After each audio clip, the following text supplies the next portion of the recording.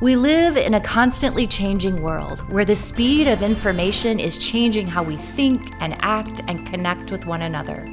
When people in a society lose faith in their institutions, in God, and in each other, the nation collapses. We need help rebuilding trust and tying it all together. Welcome to All That to Say, a podcast exploring the interrelatedness of all things in long-form conversation.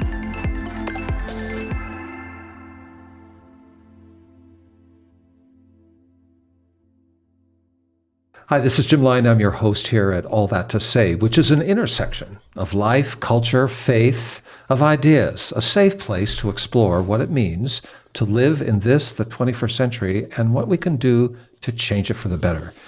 You're in for a great conversation today, and before we dive in there, I just want you to know, if you ever want to know what goes on behind the curtain at All That to Say, send me an email. All you have to do is address it to allthattosay@chog.org. That's all that to say at chog, CHOG.org. The guy who's laughing at me right now has earned the cred to do all that laughter at me because he's my friend. His name is Geremy Dixon. Jeremy, thanks for joining us. It's so good to be here. Thanks for having me. It is so good to have you here. Now, people often say it's so good to be here at the beginning. We'll see what you say at the end. But so far, so good. I have so much faith in you, though. So much faith. Same back at you.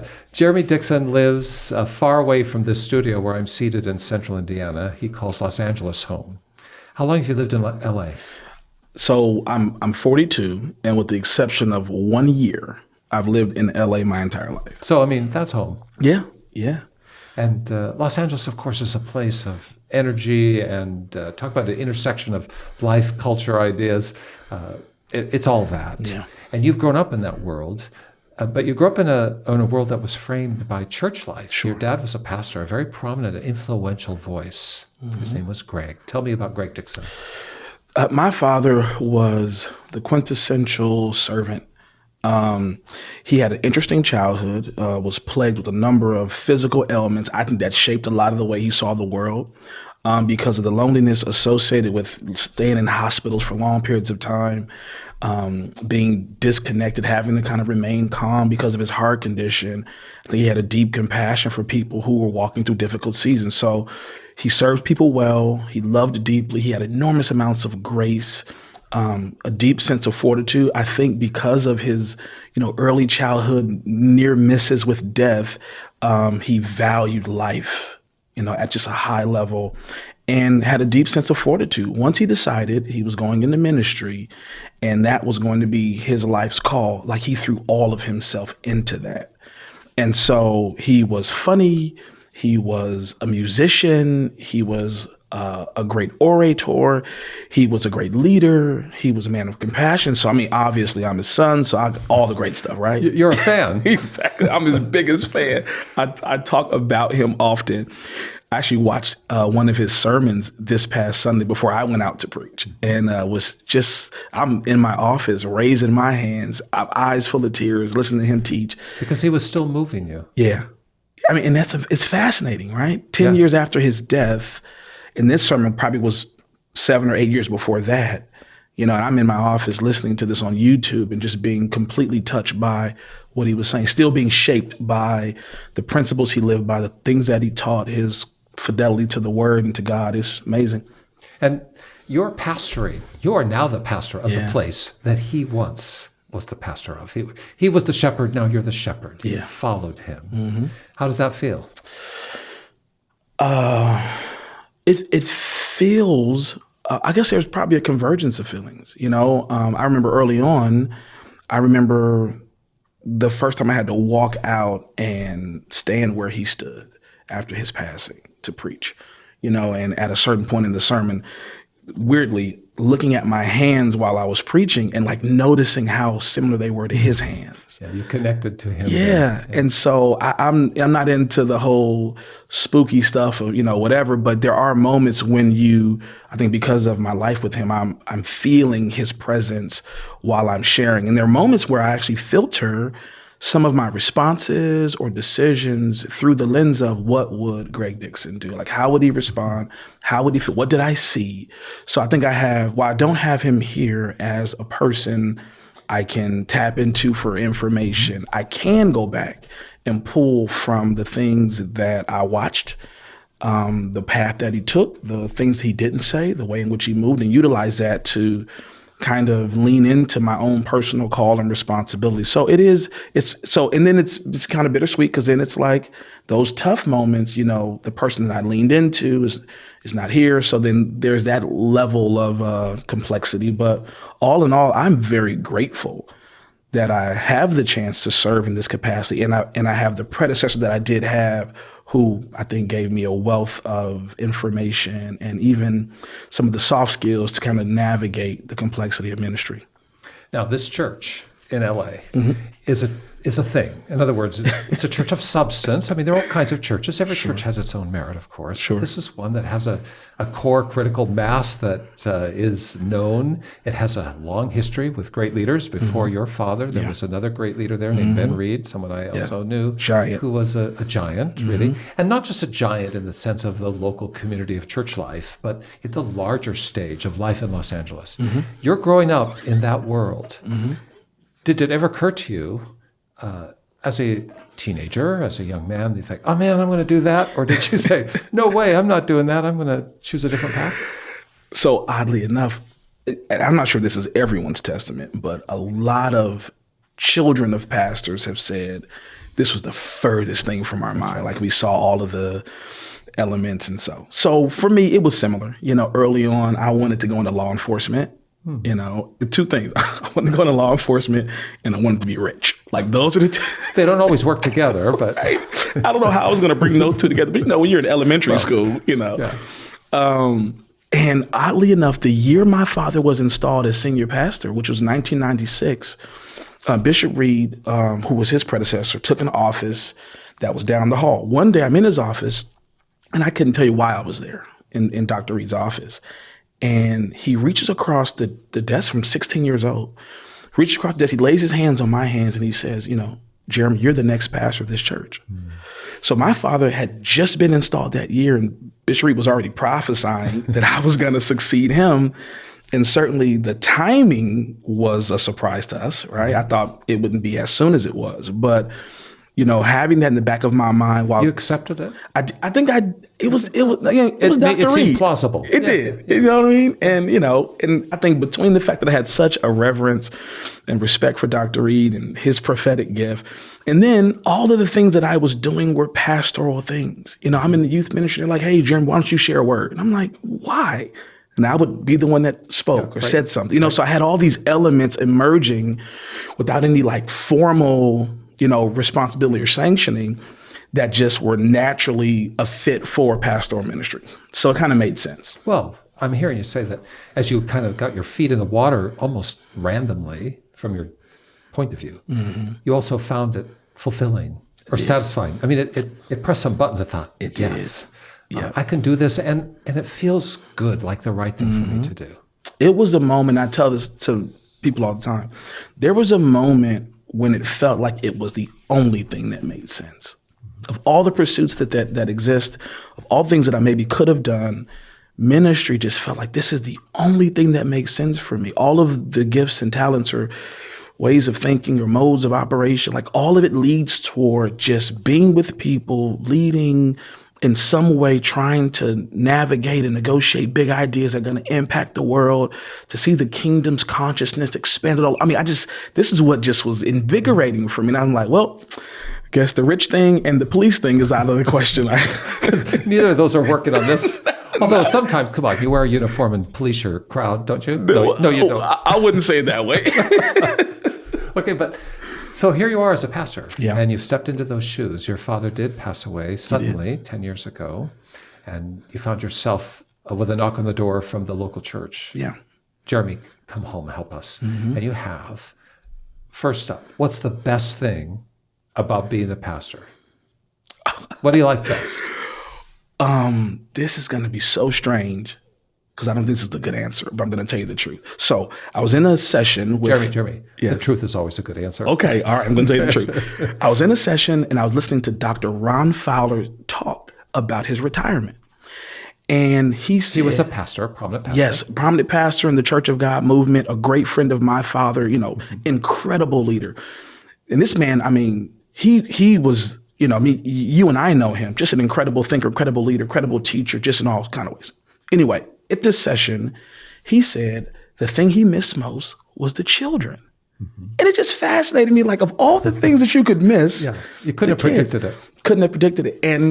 And that, to me, oddly enough, I love casting vision. I love mobilizing people toward a common idea and seeing the maturation of some initiative. I love traveling the world and preaching and teaching. But it's the children.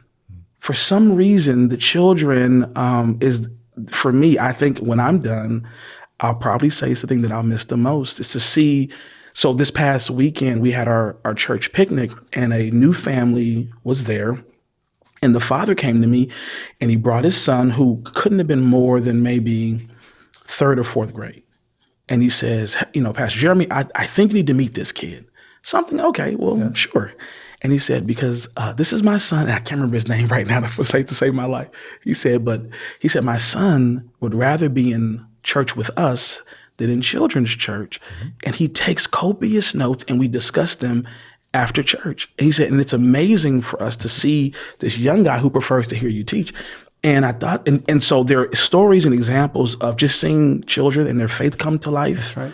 Their development, them navigating this really, really complex world right now and having a heart for Jesus, and them being able to enjoy, I think, a church that leans in to understand that they exist and we attempt to program to that. So that's what I think I enjoy most, just seeing the kids. Well, I mean, I get that. I was a pastor for some years, and actually my wife and I were just out at the Cheesecake Factory in Indianapolis, and this gal comes over to serve us at the table. She works there, and she goes, "Pastor Lyon?" And I said, "Well, yes." And then she describes to me how she grew up in our church. And then she pulls out this imitation of me. Like she could love to see form words and put a phrase together like I did. And she's laughing. It made me laugh too. But the idea that you can influence someone so profoundly over a lifetime is no small thing. Not at all. But now, what's the downside? The part of being a pastor that you think, oh man, do I have to really go for that? I think the hardest part of pastoring for me has been, one is, frankly, when a big idea doesn't pan out the way you want, especially when, you put your heart and soul and you feel like you've done all the things. I think sometimes we don't talk enough about sometimes things just fall apart. I think it's hard for us to wrestle with. And the truth is, when that happens, as much as we get on stage and we say the right things and put on a stiff upper lip and we try to, give context and all that, the truth is it hurts us like it hurts everybody else. So as a leader, that's probably been hard when it just doesn't work out. And we tried, we gave our all and, we say the right things, but we in private have to kind of cry it out sometimes. And the other thing would probably be when our intentions are mischaracterized. When you're misunderstood. Misunderstood. Yeah, I get that. Leadership, you have to make a lot of hard calls and you're having to navigate a lot of sometimes competing interests. And, sometimes you have to make a call that is, at least in your estimation, with your prayer and your, the council of, advisors and whatever that process is, you make the call that is unpopular. And it's not so much that people don't like it, but when they mischaracterize your motivation or some, that part is... They read something between the lines that isn't there. It's hard. And it's hard. That's hard. I can hear you there. Absolutely. But, we're talking a lot about church life and the pastoral role. Many people listening today may not connect to that at all. They're thinking, well, they know about churches. They know there are pastors. The world has changed. A church's place on the corner doesn't mean the same thing that it might have years ago when I was a young guy. And you're living in Los Angeles, where the world is always 15 steps ahead of the rest of the world. In other words, where LA is today is where the rest of the world kind of follows up in the next year or so. And in that environment where the world has changed, where the pandemic has shut down churches, and then people don't get in the groove of actually showing up and so on. How are you experiencing that? What do you think? You're now the pastor. You've lived through the pandemic age. You've lived through tremendous stress in the country over the last few years as a guy up front. What do you think? I think that we have been afforded an opportunity to rethink some of the rigidity that we have enjoyed, honestly. Where there is, I think the pandemic and other events have introduced this level of fluidity in the movement of people, the thought life of individuals, their emotional state.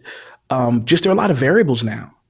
And with that being the case, when you have this enormous increase of variables, if your mindset is, concretized around some rigid way of seeing the world or yourself, you're not going to necessarily be able to have the dynamism that you need to navigate this new space. And so for me, I was on a panel maybe a month and a half ago, and I was saying, what the pandemic did for us was cause us to kind of like shrug our shoulders more and say, look, we don't have all the answers.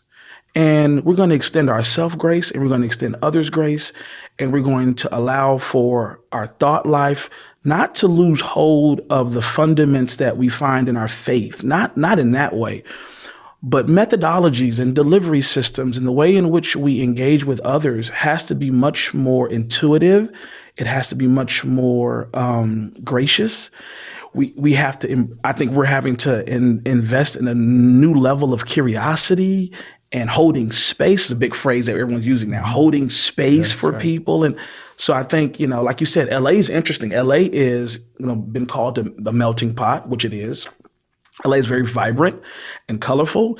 And LA, I'm not sure how to characterize it, but I call it like the flip-flop rebellion where there's this cool breeze anarchist kind of mindset out there. Everyone's cool in flip-flops and cargo pants and everyone's, laid back. But there's also this kind of against the grain, against, counterintuitive, countercultural kind of mindset. So if you're going to have any level of success, you're going to have to be able to navigate that well and to find personal balance in chaos and to offer balance to people because they're navigating a lot of chaotic thoughts and feelings.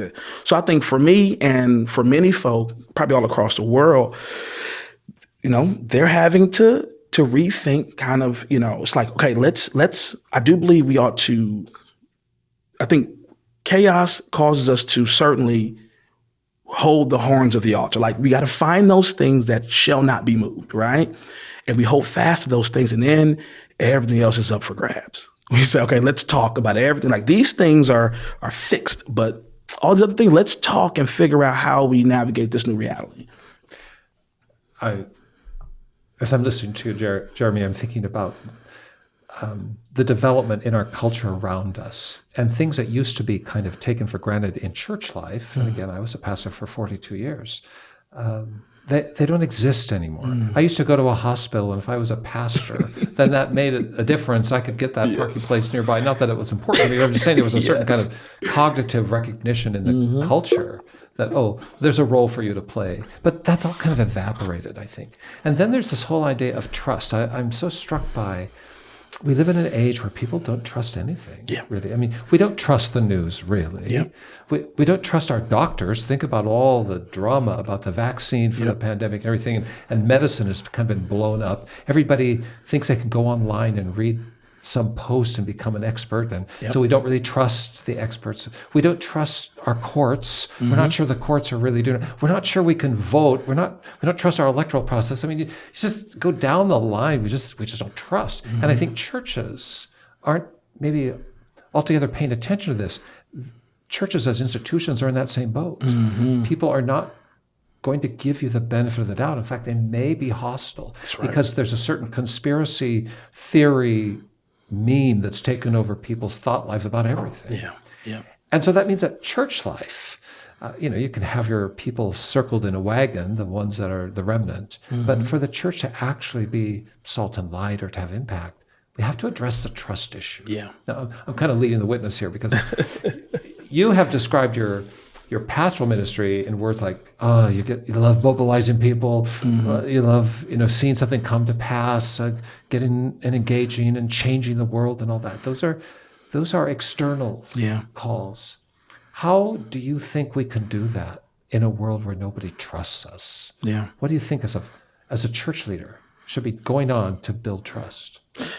Yeah. So you said it best. We have taken for granted like this space that we once occupied, where there was this level of, almost this level of default consciousness around who the church is, who the pastor is, what we do, who we are, that whole thing. So I think, one of the things that we have to wrestle with is our privilege, and we have to concede that we have to work now. We have to make a compelling argument. We have to showcase. We have to assume that people are not only not religious natives, but not Christian natives, and don't have the same assumptions that we might hold. So that requires us, it's like in a conversation. Like if I'm having a conversation and we have like a similar lexicon, there's certain assumptions I make, and I jump to certain ideas very quickly, knowing that we kind of share certain, ideas. When I know that we're not coming from the same space, there's a level in which I go amplified Bible. You know what I mean? I'm adding 3 or 4 or 5 different extra words because I have to make sure, because we can say the same word but not have the same definition. So I don't make that assumption anymore. So let me just kind of just a prerequisite, just saying, look, when I show up in a space, I show up saying, I recognize that I'm going to have to work a little bit harder, right? And have to be conscious of who I'm speaking to and recognize I don't have the privilege, right? Of you kind of get where I'm coming from. Number 2, we have to lean into the trust conversation. I don't think there's anything wrong with directing traffic and saying, hey, I recognize that there have been things that have happened in our culture perpetrated by people who are under the same banner and brand as me that have in some way impacted your faith in what I represent in the space that I come from. I get that. I've been hurt by those things. And even go further. And maybe at some point I've been the perpetrator and I need to beg forgiveness to say, look, the light got brighter, Church of God phrase, the light got brighter, and I realized that I may have gone some, alternative ways, but I'm growing. And so that humility, I think, is endearing to people and will invite them into a space to at least give you their attention long enough for you to make a compelling argument about Jesus. So those are my thoughts on that. Well, humility is kind of the missing feature of a lot of religious life, isn't it? So yes. And learning how to own your truth, sure, but humbly acknowledging this is where I am, without trying to make someone else feel diminished, is a big piece of it. But we live in a world that, all this polling suggests people are anxious about the future. Yeah. They're not sure where are the answers? Who's got the answers to the questions of our time? Can anybody really solve this mess? And truth be told, I don't know that the whole package can be solved, but can I do something? Yeah. Back to church life, building trust. I know that you, leading your local church in LA, have stepped into some maybe unconventional areas for your church. Your church wasn't always thinking this way. Sure. To help problem solve on a broader scale. You're working with kids, but it's not just about your Sunday school. It's about kids who never darken the door of a church through foster care, for instance. Tell me about that. So that's probably the premier, in my estimation. I mean, if I had to kind of vote on what's most important. Well, it's probably you got the microphone, right? The premier aspect of our ministry is the work we do outside of our the proverbial 4 walls. And you mentioned one, and I'll give you a few. One that has been a huge, kind of maybe even the flagship of our neighborhood work has been foster care, like child welfare. And the way in which we started in child welfare is kind of twofold. One was my wife and I, Adrian and I, kind of had this epiphany, about about 10 years ago about fostering ourselves and wanting to give children stability. And our plan was always reunification, like give them stability while their parents, their biological family were able to work things out so that we can place them back in the home. So that was all the plan internally. But then as I was kind of navigating this as an individual, I thought to myself, like, this needs to be like the mission, right? There's this, and I'm going to get this wrong, but there is a quote by Julian, I think the last emperor of Rome or something like that. And he talks about how, there are many who are being led away from the pagan gods that they serve into Christianity. And he says, and it's because of how they care for the orphan. And the poor, like he's acknowledging that as a powerful instrument. Absolutely. And so I've often said, like, I know we're going to have great preachers and teachers in theology, whatever, but man, I think one way to really see culture shifted is the way in which we love people tangibly. And so we kind of just went to our DCFS, which is our Department of Children and Family Service, and just said, look, our campus is open. Whatever we can do, however we can serve. I had no strategy. I just showed up and said, we want to be a blessing. We'd like to host some things on our campus. We'd like to send volunteers to various things. We'd like to help with unification. We want to be a visitation site. And so little by little, as we kind of just presented ourselves as a resource, not with some highly drafted business plan, just we're here, whatever you need, we're going to figure out how to show up and serve.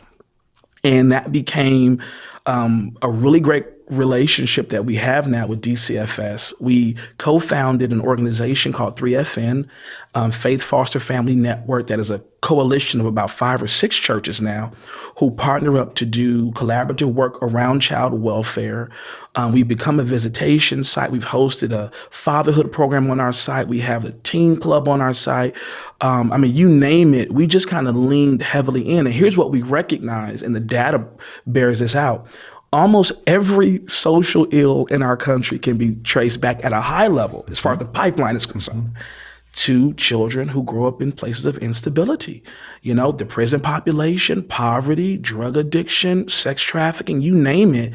And I hate to say it this way, but like the petri dish, the place where that is being developed. The laboratory for all of that. Absolutely. Is children who are vulnerable. Children who are vulnerable. And don't have anchors. And so my thing was, I said to our church, like, look, and this is, not a direct quote, but I said, look, if you want to take care of poverty, you want to deal with drug addiction, if we want to have an impact on culture, we have to do something to help provide stability and safety and love for children who come from hard places. And if we can do that, we can see other things shifted in our culture. And we just kind of went all in on that and have been blessed. And that led us into dealing with human trafficking.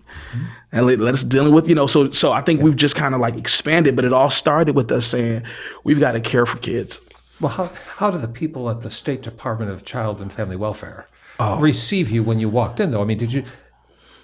It's like any relationship, I suppose. You kind of go from neutral, or right. Or did it start cold? How did it? So, to be honest, here's the interesting thing. The reception conceptually was actually really good. Like they were interested and grateful. We have the largest population of children in foster care in the entire country. In LA. In LA, right? In LA County. So you figure in California, it's like 60,000 kids. We got half in LA County. You know how big California is. That's right. So I think that conceptually, ideologically, they were like, yes. The problem was logistically. That's been the challenge. The challenge is that a lot of government agencies don't necessarily have the dexterity, don't necessarily have they're having to grow in how to build. They don't have the flexibility. Yes, how to build the relationships. And so well-intended, so they're trying to figure it out. They're doing more now in the last 5 to 10 years to make that a reality. But early on, it's such a big department, that was where the challenge came in, was just, okay, how do we make sure that this is sustainable? How do we make sure it works? What are the rules? How do we guard against proselytizing? There are all kind of things they were kind of concerned about, rightfully so. And then DCFS has its own, navigation of its own complexity is trying to work through. But ultimately, everyone that we dealt with, all the RAs, the regional administrators who are over the various areas, even recently I had a meeting with the new director and very gracious man, excited about our partnership, enthusiastic about what the work we've already done and us going forward. So that's been great. It's just been, how do we get it done? That's been really hard. So they've been receptive. Yeah. And here you are years into it. Yeah. And you're seeing good fruit. Mm-hmm. And your church, let's talk about that crowd, Yeah. because a church that may not see that as part of its calling, like, wait a minute, Yeah. that's somebody else's job, or, hey, sounds like a good idea, but that's not our core mission. Yeah. Did you face any of that, or did you have to thread that needle? So we didn't face any of it like as a frontal issue, as much as we probably faced it in the way of support. Mm-hmm. So there were some when it came to, hey, we need you all to volunteer for this or get involved with this, or even the recruitment strategies of us getting more families to jump in, to not necessarily just be foster parents, but to serve as, we call them the village. So, hey, you're not going to be a foster parent. Maybe you could sign up to be one of the caregivers who could do respite care. Mm-hmm. So I think that maybe was a little challenging, but overwhelmingly our church, because it has a history of service under my father, under Dr. Reed, there's just a history of serving the neighborhood and loving people well. I think the heart was there to do it, and there was enthusiasm about it. But from time to time, when it's personal, you got to do something more. But also personally. you're describing a church that had a culture pre-existing. That's true. Of looking outside its front door. Absolutely. And that set you up Yeah. to take some of those bold moves, but Yeah. still risky. Yeah. You step out, knock on the door of a government agency That's or right. someone that doesn't know you, and so on. Yeah. Thanks for taking that. Now, you're wearing a sweatshirt that says Misfits. I am. And I know that that's not just random. It's kinda Misfits is it's a vocabulary. It's a brand that you're Yeah. developing in this church, because you do have a passion to make a difference. Yeah. I mean, Geremy, that's part of what I respect so much about you, is you're not content to simply just keep everything in its place. You're willing to push out farther. In fact, I'm going to even quote back to you something I heard you say a couple of years ago in a meeting, where you said how drawn you were to science fiction, or how a science fiction idea is it just blows your mind up because it's so out there. And yet that's what actually grabs people's attention and buys the future. In other words, to get people to really invest themselves, you have to have a science fiction-like idea. Yep. I'll never forget that. It was a great vocabulary to describe the necessity. If the world is to be better, and if we're to be instruments for the good in it, we're going to have to do some way out there stuff. Now, brings me back to misfits. Mm-hmm. Misfits is a word that,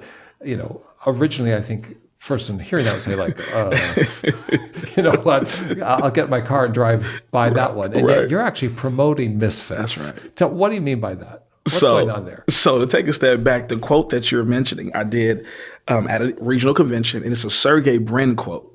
And he said, if what you're doing doesn't sound like science fiction to some, it's not transformative enough. Mm-hmm. And that just rocked my world. Because the tendency is to not seem delusional, is to not seem crazy, is to find ideas that are palatable, that are predictable. Yeah. That's kind of like, 'cause you want to be able, if you want to scale, if you want to, whatever, you got to get buy-in or something, whatever. But it just spoke to me that the people who I know through history, I'll even talk about you with what you've done since you were arriving to this post. Some things you did were science fiction, you know what I mean? People before you did it. Maybe that's why they call me Darth Vader sometimes.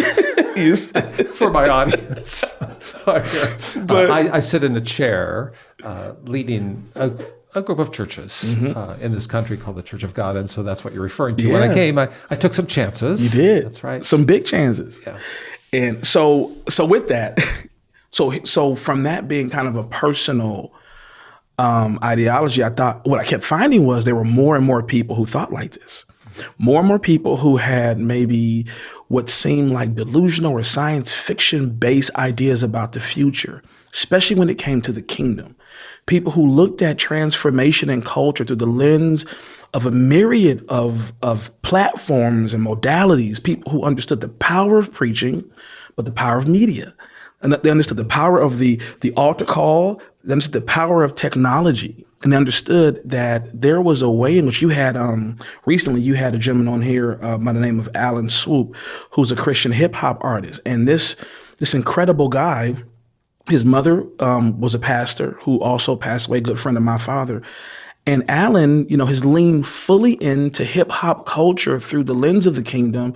And I think it's probably rapping to more people than I'm preaching to on a Sunday. You know what I mean? Right. So I kept encountering all these people. And for me, what it felt like was the people who were thinking like this were not necessarily being included in some of the institutional conversations, felt as though they were a bit kind of out of the core of things, but they were the ones with the best ideas. They were the ones with the most progressive ways of saying, like, we can attack, this concept of kingdom expansion and its consciousness through a myriad of different ways. So I thought it would be really cool if I found a way to, number one, build coalition, get them in their various places in the same place. Find ways to legitimize that, hey, what you're saying is absolutely crazy, but that's what we need right now. We need some more crazy Exactly. It's legitimate, right? Yeah. And then to find ways to help to add intel, to find, there's some creative people. Oddly enough, so, we're part of the Church of God. You have this great program that we run in the Church of God called C4. Chapter 4 Institute. Chapter 4 Institute, where we're helping to coach and encourage Christian leaders to think about ways to impact neighborhoods and do things that are going to be revolutionary for those that are around our congregations, the whole nine yards. Great program. We're in Boston. And in fact, this is where Misfits, the conference, came from. Mm-hmm. We're in Boston. We finished teaching that day. We're in a restaurant that night, and we're sitting around, and there's, a guy by the name of Ben Sand from Portland. There's Natalie Royer, who's from Indiana, and also Kim Majeski, who originally from Nashville, but is also from Indiana now. And we're just cogitating around these revolutionary ideas of how to change the world. And I thought to myself, though, I wish that conversation was a podcast, because it was some of the most, in my opinion, groundbreaking thinking. And I'm not tooting our own horn, but it was really progressive. Dynamic. It was so dynamic. And it was like a cosmos. It was expanding as you're talking. Absolutely. And it was organic. Yeah. It was organic. And so I thought, okay, we need to bring this conversation into more public spaces, because there are people who will hear this, the frequency of this sound, it will resonate, and they will be inspired to chase down big ideas that will change culture. So that's where the misfit kind of modality came from. Well, misfit implies people, ideas, things that don't fit in the conventional trajectory. That's right. So now you actually stood up a conference called Misfits. Yeah. Tell me about that. I mean, so who shows up at a misfit? Do I need to get shoes that don't match or what? The Misfits Conference. So there's a story in the Bible where there's the scene emerges where Jesus is in his house. He's teaching, and there's no room left in the house. Right? No one else can fit in the house, and these these individuals bring their friend to Jesus. They notice this. So they tear up the roof, let their friend down before Jesus. The Bible says Jesus sees the faith of this gentleman's friends, and then he goes to work, right? And I argue it's interesting to me that the people who brought their friend to Jesus, while they put their friend in the house, they stayed outside. And there's this benefit to being an outsider, to not fitting in to the spaces that everyone else, because proximity does not necessarily mean intimacy or understanding, right? And so the Misfits Conference is this, in my opinion, dynamic place where we really kind of just took some wild angles. We introduced hip hop, we introduced creative elements, engagement, you name it. And then brought in what I feel like are some of the most progressive thinkers in various spheres of influence, and asked them to teach and talk about how the individuals who are looking to be market disruptors, change agents in whatever sphere of influence they're in, with a kingdom backing, to help facilitate them thinking strategically about how they can navigate, this culture in a dynamic way. So, for instance, we had Ben Sand, who runs the contingent. in Portland, doing some incredible work. We had Nate Parker, who is in film and television, who I think is one of the foremost thinkers around how to infuse faith creatively in media content that is, going to touch the globe. We had a kingdom finance guy that was there who talked about money, strategic alliances, and tactical ways in which we can think about money. And we had Kim Majeski come talk about, so I asked Kim Majeski, I said, hey, I would love for you to come to do the Misfits Conference. And she said, Misfit, I'm a woman in ministry. I've always been a misfit, right? I'm always the outside. I'm always, right? Yeah. So the conference was, in my mind, I wanted to break the parameters that we kind of are thrown into, allow people to think broadly about what a world could look like, where their crazy ideas could be put into market to shift culture, and then to give them this new community of people who are speaking their language, who could help, that iron sharpens iron, helping to kind of cross-pollinate each other. So that's the Misfits Conference. We're doing another one coming up, but it was, in my opinion, and through all of the surveys, it was a wild success, man, because people really felt like they were encouraged and also had the intel needed to do something unique in their particular, market. And I'm hearing you say that the presenters are people who, in a way, are misfits. Absolutely. On the front edge of kingdom life, yep. of Christian and gospel yep. ministry. They don't fit into the Absolutely. Pigeonholes. Yep. The people who come to sit in the chair and hear them may not be misfits by definition, but are challenged and dared yep. to step out of the pigeonhole. Absolutely. And there you find it. And would you say, I'm again leading the witness, I suppose, predicting your answer, but would you say that it's going to take misfits, more of us becoming misfits, to actually impact a world that has been turned upside down in the last few years? Absolutely. I think, and it goes a little bit back to what you said earlier, I think there is a profound lack of trust for the experts. And I think there's this level in which a misfit who steps in, who's not necessarily saddled with a lot of the baggage of institutional places, are going to come in and they're going to have more of a voice. They're going to have more audience with people because they don't have the fear that, hey, you're tied to X, Y, Z. I think also misfits are needed because misfits, in my mind, do a couple of things. Number one, they have a higher level of velocity when it comes to decision making and taking action. They're individuals, the gentleman that runs Amazon, I'm losing his name Jeff right Bezos. now. Jeff Bezos has this great quote about the velocity of decision making. He's like, look, make decisions with like 70% of the information. If you're waiting for 100%, you never get there. Right? You're going to be late. You know what I'm saying? So that I think misfits kind of have a higher velocity of decision making.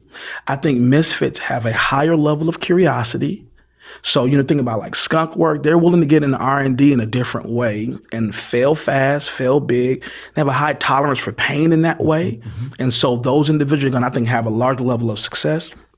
I think misfits are also people who recognize or who are not as encumbered themselves by I want to say this right because I don't want to disavow tradition. You know what I mean? There's something very, very important. And in fact, a lot of the proof of concept comes after you've been able to show, you know what I mean? So I don't want to act as though like, hey, everything has to be unconventional and throw tradition out. That's not what I'm saying. What I am saying is people who are able to leverage tradition, right? It's a different mindset. And those individuals are able to lean into tradition as a floor, not a ceiling, right?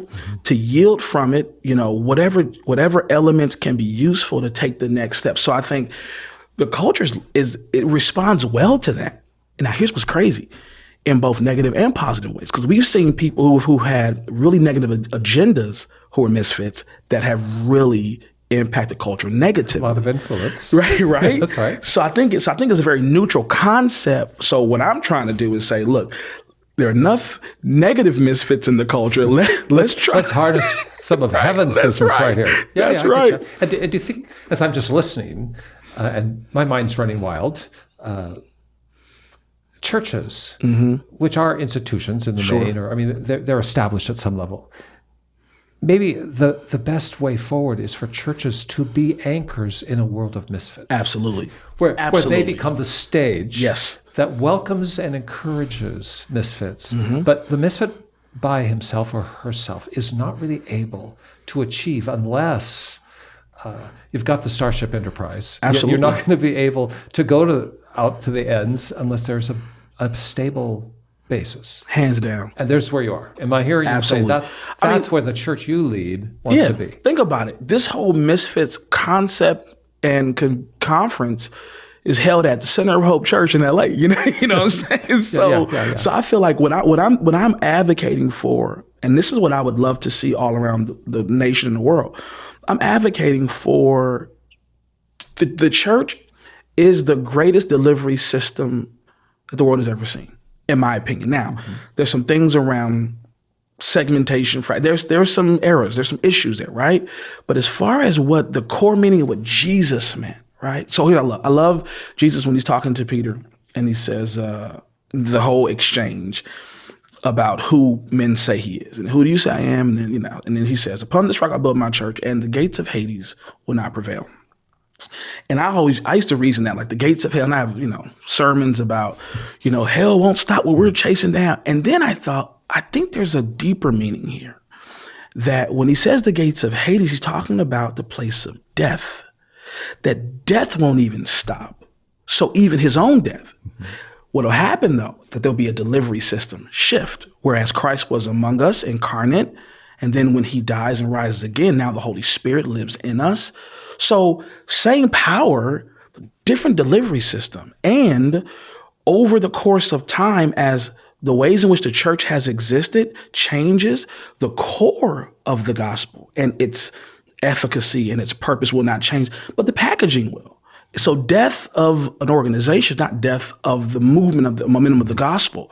So for me, I'm saying if churches in this new iteration could see themselves as this place, this laboratory, as you said earlier, of creating, of making sure there's sound biblical understanding, there's spiritual formation, like all of those things that they're sending out, these incredibly top tier catalytic leaders who are changing culture, but they are tethered to the mothership, right? The church that Jesus said is never gonna die. Even if it changes, what I'm saying is never gonna die. Let's stay tethered to that, but get out there in the world and let's shake it up. You just named your church, and I wanted to be sure we got that name out there, Center of Hope. Yes, Center of Hope, LA. You're down the street from the Forum. It's been rebuzzed. Yes. The greatest team in the history of all teams, the Los Angeles Lakers. That's what you believe. I've heard of that. Have you ever heard of the Seattle Supersonics? Oh, I guess that's old news. Okay. Your listeners who are under the age of 30 have no idea what you're talking about. Geremy, I'm a misfit. Okay, come on. All that to say, you are at an intersection. Yeah, SoFi is right down the street now. I mean, you are right there. You're near the airport, LAX. That's right. There's so much coming and going. Yeah. You are the Center of Hope. Yeah. That's the name. That's right. That's on the front door. And in a world where there's so much tension, I mean, we have a polarized world we live in. And I'll have to say, even in my posts, I grieve so much the way in which the church community, the faith community I love and to which I've given my life is right now so polarized by 5 or 10 different subjects, maybe 100. And how to help mend those wounds, the kind of raw and open gaffes. That all said, you are a Black man. I am. And you live in a neighborhood that has been through several changes. Sure. It was a white neighborhood, it was a Black neighborhood, and it's a Hispanic neighborhood, and it's a Black neighborhood, and there's some Asian, and A to Z. And then we have so much racial tension. I mean, it's one of the big, what I would say, monsters that fuels so much division and angst and anger and frustration. All right, now I'm saying that to say, Geremy, you move seamlessly. You are who you are. You own who you are. I've watched you work a crowd. I've seen you speak. I've listened to your wisdom. Help us understand where you come from.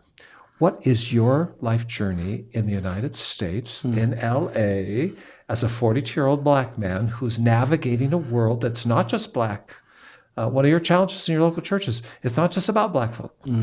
How do I build bridges and yet still remain true? How do I help become a healing balm? Also, how do I become a misfit to make things better or different? Now, one more prompt. Sure. When Black Lives Matter became a phrase, it's an organization that owns the name, but also it's kind of a phrase that describes a bigger concept. I remember being powerfully moved by something you said, almost inadvertently. You talked about the Declaration of Independence, and about all men being created equal, and how you'd grown up with that. Until the day came when you thought, are they talking about me? Yeah. All right. I've opened up a barn door here. Oh, my Lord. What do you want to say? Come on, pull it out. Be that misfit guy at my microphone. Yeah. So I think you asked a very complicated question.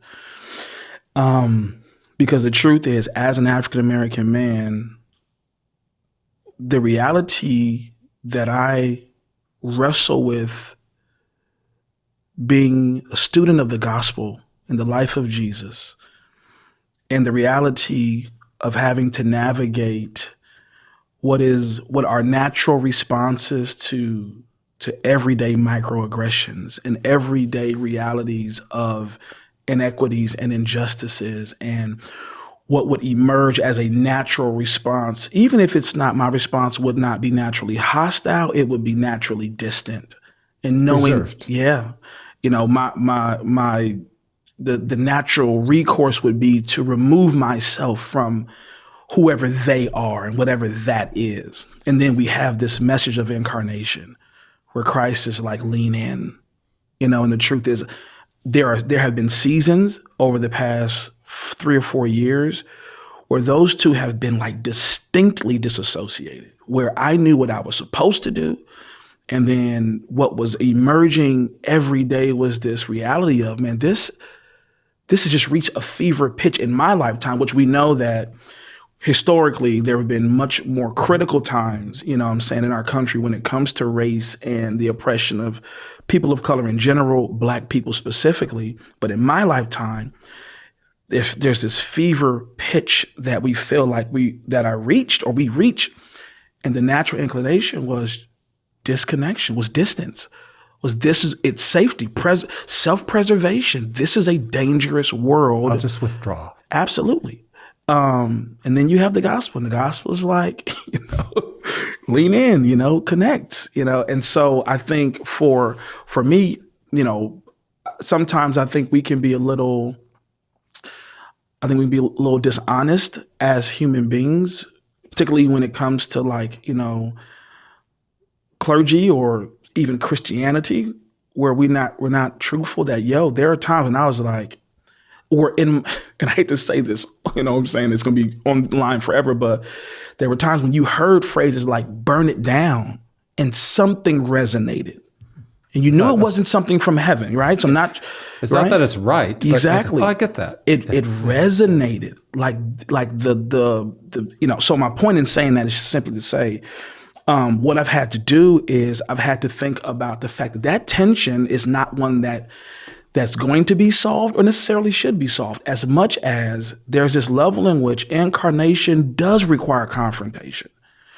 But how we confront and how we deal and how we step forward and how we have conversation, how we hold accountable, has to be through the lens of the life of Christ that we saw and the one that lives in us today. And so for me, after the Roe v. Wade decision, that very next Sunday, I was starting a series called Soul Food. And so my very first sermon, while it didn't, I'm not sure if it was intended to be this direction, it just kind of got co-opted a little bit. I talked about it was called Incarnation. And part of the conversation was, in moments like these where we're seeing such division around that topic, around same gender topics, around race and equity, around criminal justice, like there are a number of things that the world and the church are fiercely divided on. Part of the idea is, how do we sit in a space, and as I said, the magic phrase now, and hold space with curiosity for someone who's on the opposite side. And that is hard. and let me say when I say it's hard, because I see people do it all the time and it's disingenuous. It's not real. You see it on television, you see it in churches, you see it all over the world. People are like, they're pretending to be in the space. And the truth is, a lot of times it's not authentic.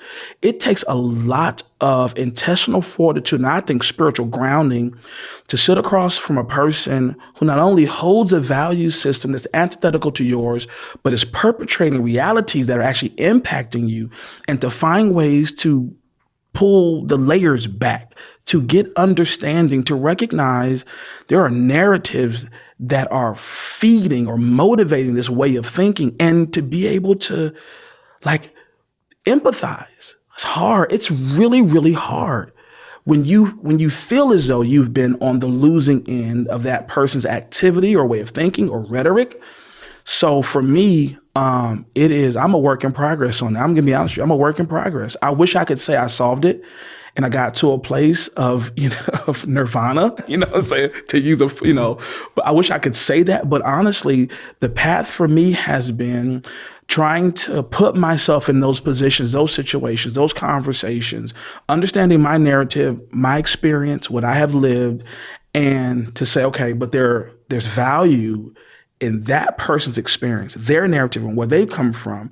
And sometimes it is willful and rebellious ignorance, and sometimes on both sides. I want to be very clear about that, because I don't want to show up saying like I've got it and they don't.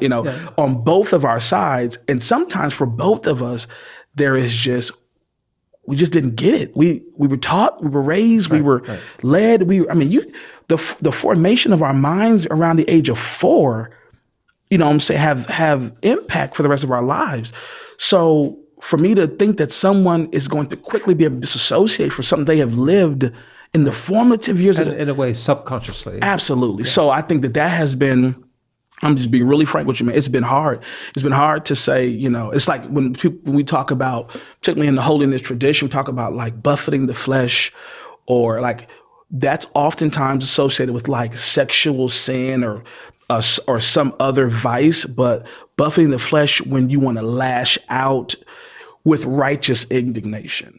Because you feel like you've been wrong. Absolutely. And having to be like, well, I gotta just take a deep breath on this and figure out how we get to a better place. Because the truth is, and here's what people, you hear all this language around, this like the hostility and the engagement and what could be a civil war. Like you hear all this, and I'm like, people are throwing these phrases around as if real people don't die. Mm-hmm. Right. Not conscious of the power of words. Right.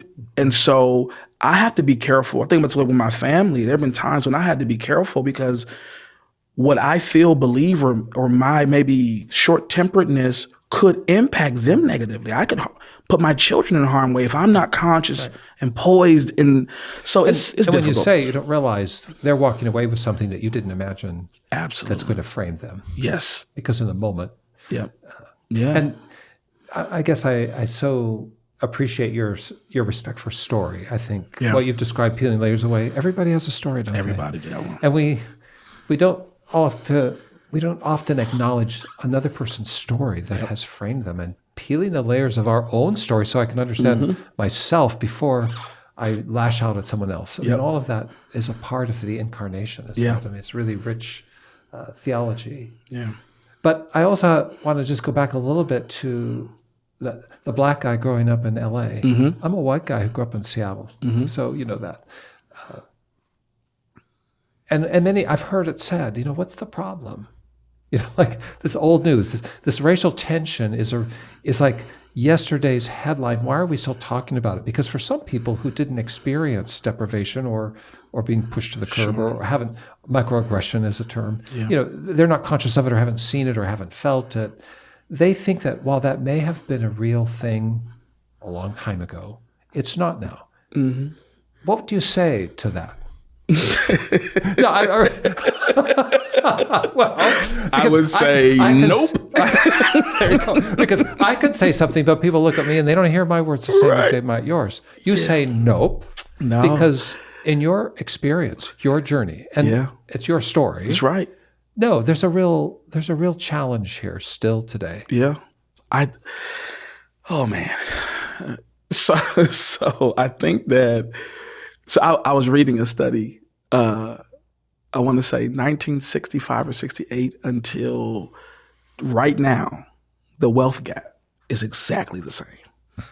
With all of the efforts and energies and all of the marches and all of the positioning of people in places of governmental power and all of the excelling of special people of color, largely the financial, socioeconomical place of African American people is exactly the same. I think there's something to be said about that. And there's something to be said about the fact that, there was such a tone deaf response to the unwarranted killing of African American men, in particularly when it comes to their engagement with law enforcement.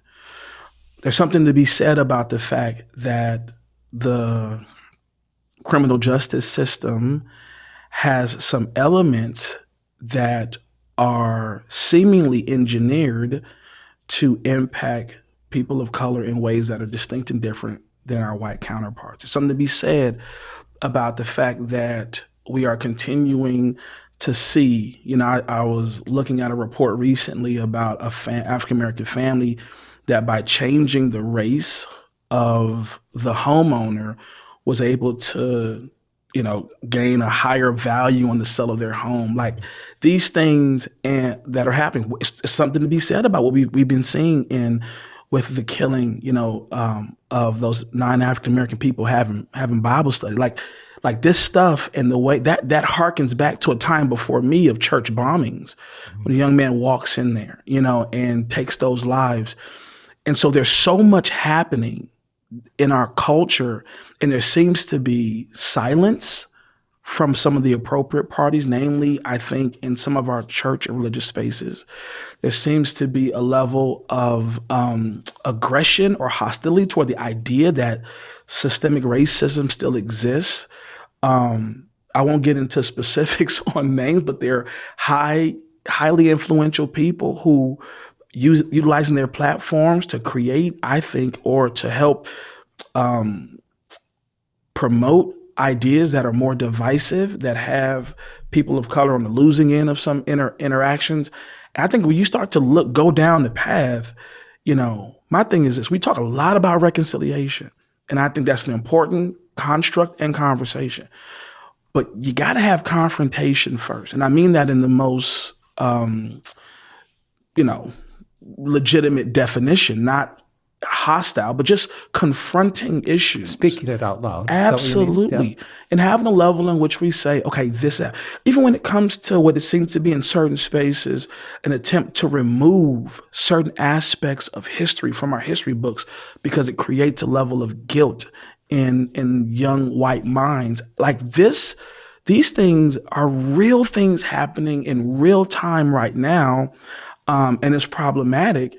And so for me as an individual, this is my story. And for me, one of the things that I'm advocating for is like, I can stand on the mountaintop and I can declare these things. And to your point, there's a certain level in which I will or will not be heard. But there are some important people in important places who this is their time. This is their time to step up and to say, hey, these things, and it's so funny to me because I think part of the challenge is there may be fear that if an individual cops to the fact that these things are problems, that they are self-incriminating, which is not the truth. Something can be an issue without you being an issue. Right. And so being able to disassociate those things and say, look, these things are happening in our culture.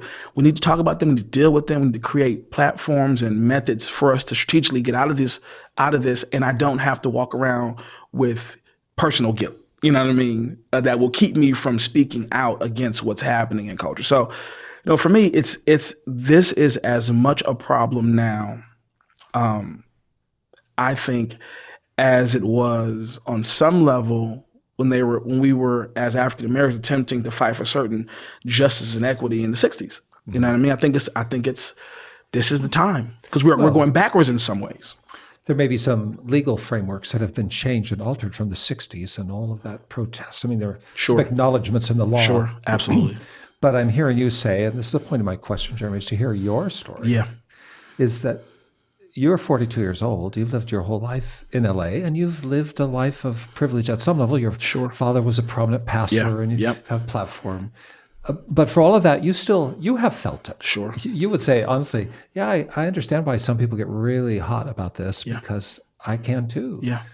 I mean, I was pulled out of my car. I was pulled out of my car, placed on the side of the road. My car was at that time was searched without my consent. I've experienced, as an African-American man, even having now, in my case, to your point, of privilege, in my case, well, we had resources. We had people we can call. I can call my congressperson. I had them on my cell phone. I mean, we had things that we could tap into to help resolve it. But at the point of impact, I was experiencing the same thing as a young African-American man as anyone else was experiencing. And sometimes I think what people don't take into account sometimes is the ubiquitous nature of being the other in a culture where there is power held in a majority space. Mm-hmm. It is not so much there have to be these audacious pronounced elements, but there is this sense in which that you are a part of another person's world, and that there are elements in which that emerges and arises effortlessly because it is a subconscious understanding that America belongs to a certain set of people. And then those of us who are not of that majority group are a part of. And it's when you hear the language of, you're not going to take my country, you're not going to replace us, this existential threat that some feel relative to America. So that falls on you differently than it's falling on somebody who never thinks about being in the minority. Right. Yeah. Well, I just, have been reading the headlines. I'm a news junkie, and there's an awful tragedy in Bend, Oregon, just not long ago, where a guy walked into a Safeway store and started shooting up. Yeah. A very brave Safeway employee who was a retired veteran working in the store tackled him and saved who knows how many lives. As it was, 3 people died. That's right. This kind of gun violence that we see across the country, this kind of random acts in soft targets like a supermarket. Mm-hmm. And I couldn't help read that story with horror, thinking about what it's like when I go to the supermarket. But then all I can think about is that supermarket in Buffalo where you have 9 people shot dead. But the difference is, they're all horrific tragedies. Sure. But in that case, the shooter was straight up. I shot them because they were black. That's right. I never think about being shot because I'm white. That's right. And that's part of the reality that I think you're reflecting on. Absolutely. And I think, that even goes into the gun debate. And I feel like let's have the gun debate, but let's not have it without recognizing the deep, violent history of this country, to recognize if you remove guns, they'll find something else. Because the issue is violence. The issue is that, there is this, what feels like a spirit of just wrath that permeates certain spaces that will manifest with whatever tool of violence is available to us. So I'm not saying don't have the gun debate. I'm just saying, though, if we have it thinking that if we remove guns, it solves the problem, I'm not sure that's the answer. We've got heart still in play. Absolutely. Well, and it could be 100 subjects, hundreds maybe overstated, but there are key subjects, debates going on in our world where there's so much anger, where there isn't much listening to someone else's story, but there's a certain sweeping away of judgment that makes it difficult to get somewhere better, which I guess brings me back to the incarnation, this theology that you hold. Do you have an idea what the church, you're a pastor of a church, how does it become incarnate? How does it address those big issues? I've heard the foster care, what a great insight. If we can get kids stable, the chance of the next generation being a mess up is less. That's right. Are there other things that you think of a church or looking at a guy like me? Geremy, what's going to say to me? Jim, this is what you need to be doing. Yeah. I think that for us, we've kind of built our mission statement for our church is closer to people, closer to God. And the concept really is like, there's this power in proximity. And I'm not trying to oversimplify it. At the same time, though, I think, the word became flesh and dwelt among us is probably one of the most powerful statements in all the Bible, because it showcases the one who thought it not robbery to be equal with God, soiling himself with the brokenness of humanity because he had a heart for people. And it wasn't just that he had an idea about their future or he had a concept or a strategy, but he held place, like he dwelt, he moved, in some translations, he moved into the neighborhood, right? And I think that for many of us, this is what's happened, the polarization of our country, the division, the fact that these algorithms are leading to levels of specification that put us in these categories that I think are leaning into more of this disaggregation of populations. Well, you like this, we're going to give you more of this that really helps to concretize this over here. Feeds your narrative already. Absolutely. Doesn't persuade you to think differently. Right. Doesn't introduce diversity. And what we know about civilization, even when it comes to like the environment, biodiversity is what makes the world, right, thrive and flourish. When you begin to remove certain aspects, there's an ecology that's disrupted, right? The ecosystem's disrupted, and then you don't have the flourishing that could happen when there's diversity that's at play. So what's happening in culture is things and people are moving further and further apart. The church, I think, has an opportunity to find ways to move people closer and closer together. And when you talk about algorithms, you're talking about, for instance, just in social media, or if you're on Facebook and you like this or that, then the algorithm feeds you more of what you've already expressed. That's right. Which is diminishing your access to other points of view. That's Hands the idea, down, right? Hands down. And then we kind of accept what we see on the screen without questioning it. And the more content we receive, the more it reaffirms what we've already concluded. Right. And you're saying the church actually needs to be a different channel. Absolutely. It has to lean in. And I want to push the envelope. We say diversity in church, we're talking about black and white typically. And what I'm saying is we have to lean into diversity on a whole nother level, where we have to be so comfortable with the presence of the Holy Spirit that we are not rattled by dissent. That's what happens in a lot of places. Mm-hmm. Churches hear or sense someone has an opposing and instead of leaning in to say, okay, let's unpack, let's talk, let's discuss, let me listen, let me have humility, we'll shut it out. You know what I mean? And when we shut it out, it doesn't allow for us to have the type of beloved community that's able to grow and thrive, because the truth is, I think about even some of our orthodoxy that we enjoy now. I mean, everything that's normative now was at one point pioneering, right? Mm-hmm, right. So think about orthodoxy.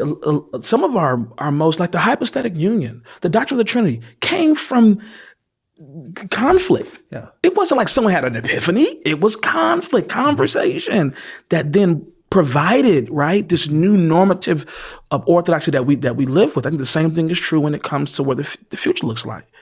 Unless we're able to bring people to the table, that's what it's got to be. Always to the table.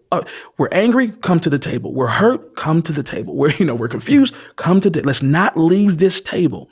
And then as we, I think, exemplify that internally, it will then, I think, hopefully, as we become ambassadors, lead others who are not a part of our faith tradition or tribe to also see the benefits of coming to the table. We invite them to the table. And I think we see something great come from that. Well, as you talk about coming to the table, I think about all the dinner parties Jesus went to. That's right. I mean, that's right. Who's he sitting down How was with? he not fat? I just don't get how he wasn't enormous. The amount of times we see him at dinner parties. I have not seen that digital photo of Jesus, so we just don't know. We don't know, right? But the idea is that he was hanging out with all kinds of people. His was a very diverse crowd. Very diverse. Talk about misfits. Yes. And the establishment. Yes. And people with opposing points of view. I mean, look at the 12 disciples. Yes. It's quite a diverse group. Yeah. In terms of thinking. Yep. And why don't we do more of that? Yep. There's where the church can be. But I think people are sometimes so here's the thing. The great thing about Jesus is not that of all the great things about Jesus, right? So I'm gonna say that right. But it was that he was not intimidated by what association with the other did for him in the mainstream. Right. He didn't worry about compromising his message because he was seen as Absolutely. So-and-so. Absolutely. Yeah. He just was like, all right, I know this being with you is going to start, the Twitter verse, but hey, it's Zacchaeus, okay. come down out of the tree. That's right. I'm having dinner at your house. That's right. Yeah. That's right. Yeah. So I think that we could maybe take a page out of that book, and it's hard because especially now with social media, because the minute you're associated with someone or they see, then it's like everything that person may carry or experience or walk through. Now you're saddled with that, and you have to have enough intestinal fortitude to say, well, that's okay because this matters, Oh, I know who I am. That's right. And that's right. I am. All right. Random questions. Sure. If you're going to watch TV, what do you want to watch? I'm going to watch New Girl. Strangely. No. Or I'm going to watch New Girl or Ridiculousness. There you go. Yep. That's where you're chilling. Okay. Good movie. Best movie you've seen lately? Oh, lately. Or anytime. Favorite? My favorite movie of all time is Boomerang with Eddie Murphy. Of all time.